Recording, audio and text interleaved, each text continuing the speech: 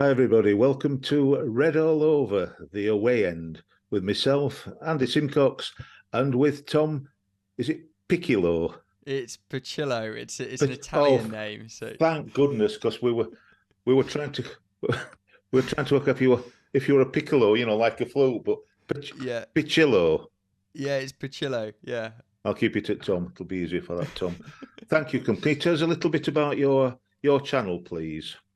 Yeah, so I suppose I work as the presenter and producer for the official Exeter City Club podcast, Park Life. So yeah, working with the club, interviewing players, interviewing people like you, Andy, who kindly hop onto our podcast to do an opposition preview, and obviously loads of other stuff as well. So yeah, working for the official club channels, and yeah, really enjoying it.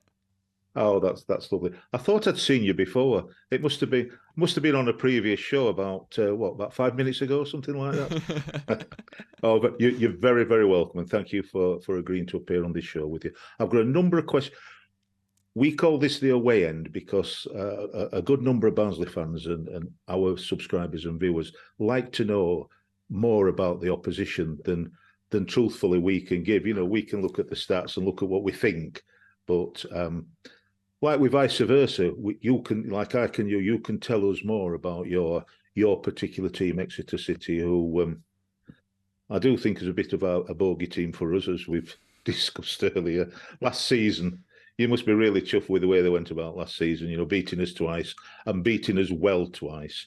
But this season, you've not got Jay Stansfield. Different season. Tell us this season. What about your style of play and formation as well? What's that like this season? Yeah, no Stano to wreak havoc on Oh, Barnsley this time round. But we've got a whole load of fresh faces in the door over the summer.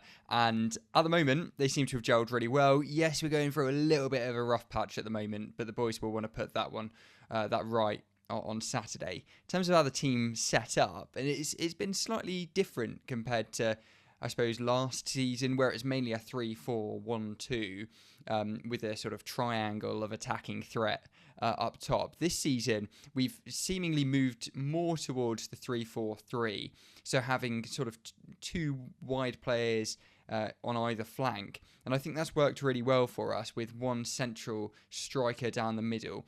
I think naturally we were always going to play two strikers last year with Stansfield and Nombe, both brilliant goal scorers, of course.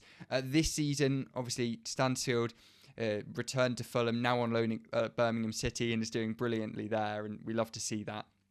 And then Sam Nombe, who has moved to Rotherham. So we've had to sort of find a way of providing a goal threat with the single striker. And at the moment, it seems to be James Scott who's doing that role. We've also got Admiral Musquet, who's injured at the moment, and still hasn't played for us actually, but will come into that side eventually. And may partner Scott up top, but also could play as a lone striker. We'll have to see, but at the moment, the 3-4-3 seems to be what is working for us. it may well work for you against us because one of the things that we like is for we play whatever you want to call it. I'd say 3-4-3, 3-4-1-2 or three.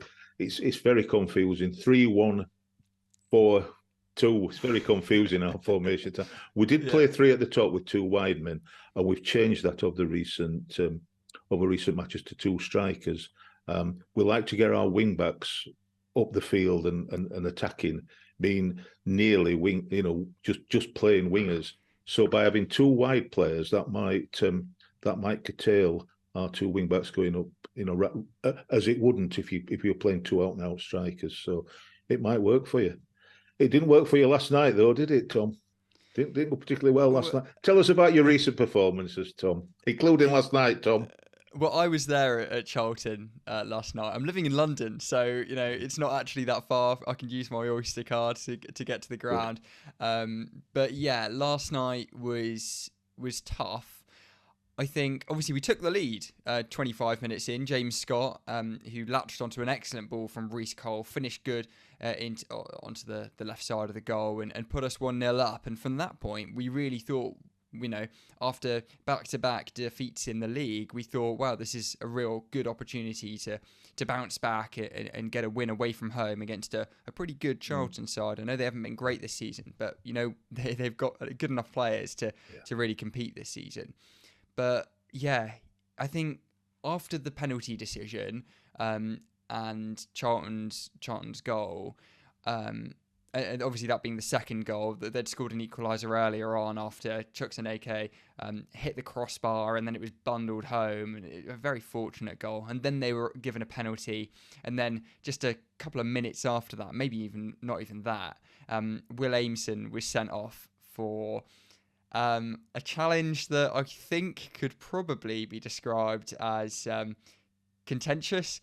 I mean, Andy, I think you've seen the challenge yourself.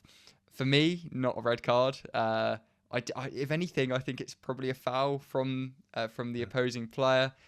But that's what happens sometimes. I think we're going to appeal it. Good.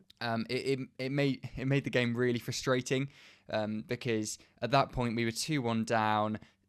Still with about half an hour to play with 10 men, and you just thought, away from home, it's really difficult to get back into the game at that point.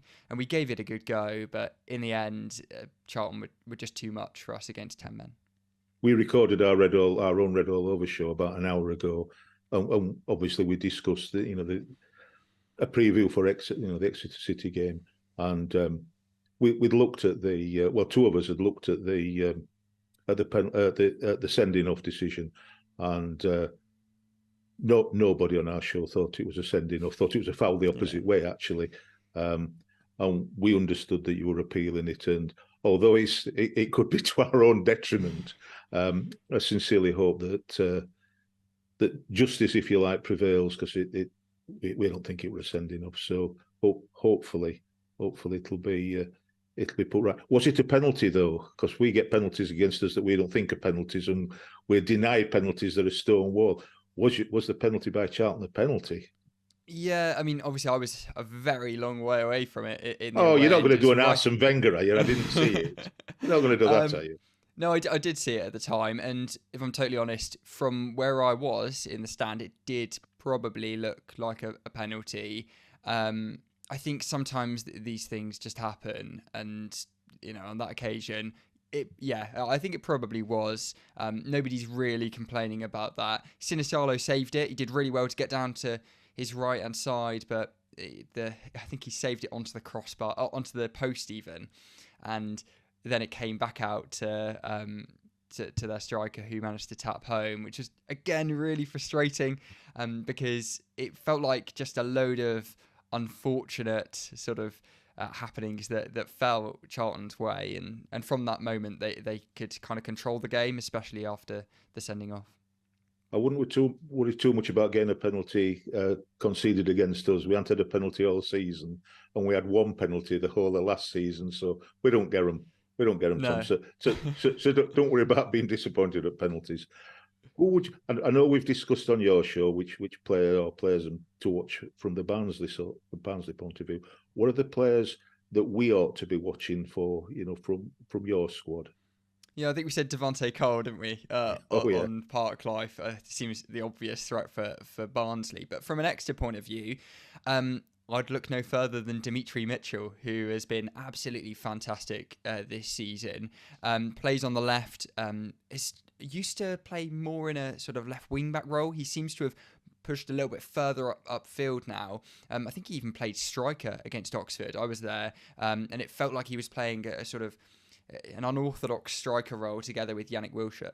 And I think he's obviously a real danger man. Scored against Luton Town to defeat the Premier League side, to get us into the Carabao Cup round of 16, and has come up with some brilliant performances this season. So I'd definitely be wary of Dimitri Mitchell. I was just about to say Ryan Trevitt, but unfortunately he's more than injured. One. Well, no, I know he's injured at the moment, so won't be able to to play against you guys. That he would have been a great threat. In terms of who else he's actually playing, I would have said, the back line has been pretty good for us this season.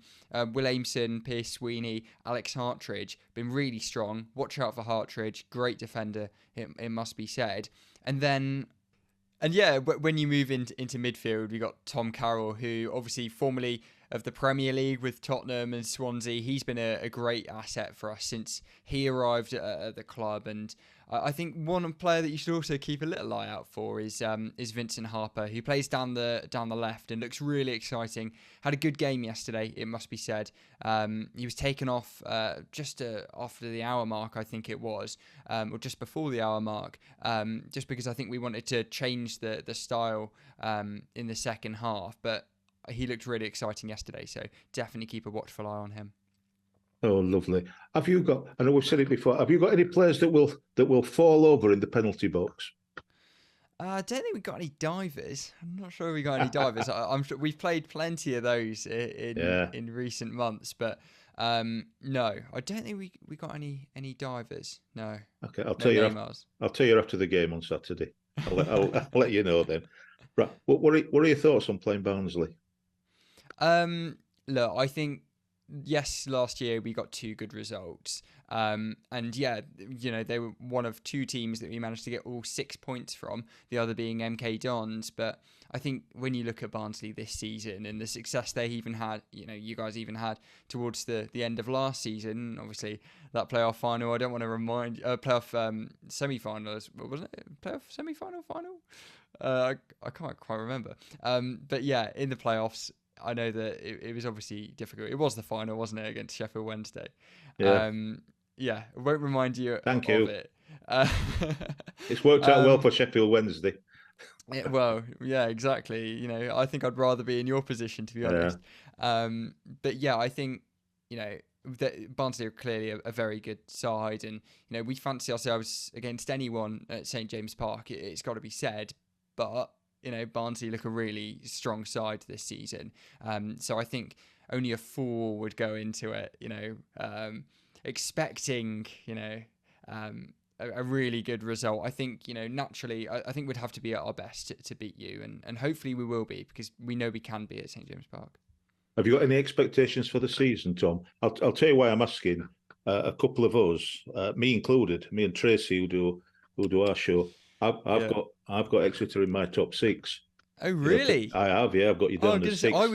I was prepared. Well, I mean, thank you. I was preparing for you to say something that all the other pundits said at the start of the season, which was, relegation, towards the relegation zone, fighting for relegation. And, I don't want to speak too soon, but at the moment, it doesn't really look like we're in that position. I think top 6, I mean, that's very generous, it must be said. We'll have to wait and see. Well, no, I mean, maybe based on the matches last season and our history of a bogey team. But no, I thought you were exceptional last season. Absolutely. Yeah. I know you've lost the 2 strikers for various reasons, but exceptional last season. So I do expect you to do really, really well. Well, I really do hope so. I think, we've never even finished in the playoffs in League One before. Never been in the Championship before, certainly, and not been in the League One playoffs before either. So if we were to finish 6th, then that would be our record-breaking finish, I suppose. At least in sort of recent history. I'm not sure when you go back, pre-war and everything. I'm not that clued up, unfortunately. But yeah, I think that would be an incredible season for us. But, let's just take it game by game, and hopefully we can be towards the top half and maybe fighting for the playoffs come the end of the season. I sincerely hope so.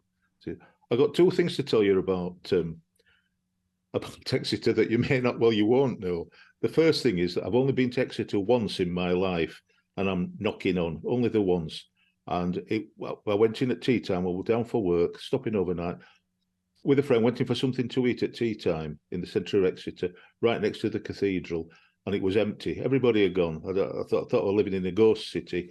And as we sat down to have a cup of tea, 5 policemen come round the corner, all wearing big guns, and said, "There's a nail bomber. You need to get out. We've evacuated the city." The only time I've been evacuated.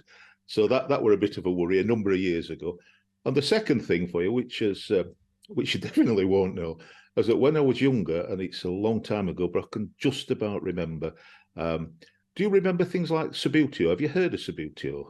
I've not. No, I don't Oh know what you're on my! about, unfortunately. Oh, oh God! Subutio's. Oh, look it up. Subutio's the best game in the world, except for real football and the computer games. It was a tabletop football game. Oh, I can't believe I'm having to say this to you, Tom. This is too much. Too much. Well, it's showing Anyway, my youthfulness, isn't it? That's the oh, reality. I mean, how old are you? 13? I'm not kidding. Subutio. They only had 21. they only had a small number of teams. You know, you played in red and white or blue and white. And it was a tabletop thing where you flick football, or white with black shorts. They started to bring out more teams, and so I didn't have to buy another team, so that if I played away at friends, if you like, or they had the same colour, I got red and white stripes, red shorts, and red socks. I got Exeter City. So I spent 3 of my formative years as a teenager playing football as Exeter City.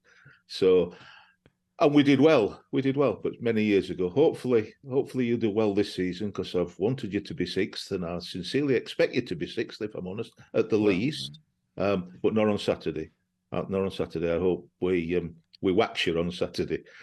So we'll my see, prediction, my prediction for an absolute waxing, you'll not get close to us. We'll absolutely hammer you 2-0, in my view. Because I usually go for hammering 2-1. So what do you think it'll be, Tom? I don't know if a 2-0 is a hammering necessarily. No, we have a joke on our show. We have a joke on it, because I always lead it up saying we're going to absolutely hammer them, and we're going to beat them 1-0. So it's not a hammering at all. It's just a joke. No, not at all. What's my prediction?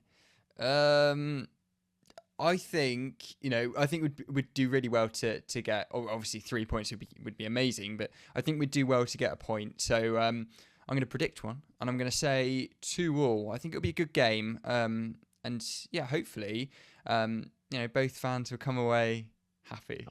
So you're going to thrash us 2-2 then. Absolutely thrash you 2-2, yeah. Tom, it's been an absolute pleasure. Even though we've been in and out on flipping Wi-Fi, thank you ever so much for your time. And I know you've been pressed, but thank you very, very much. Honestly, my pleasure. Been an absolute pleasure, mate. Take care. Good luck on Saturday or after Saturday.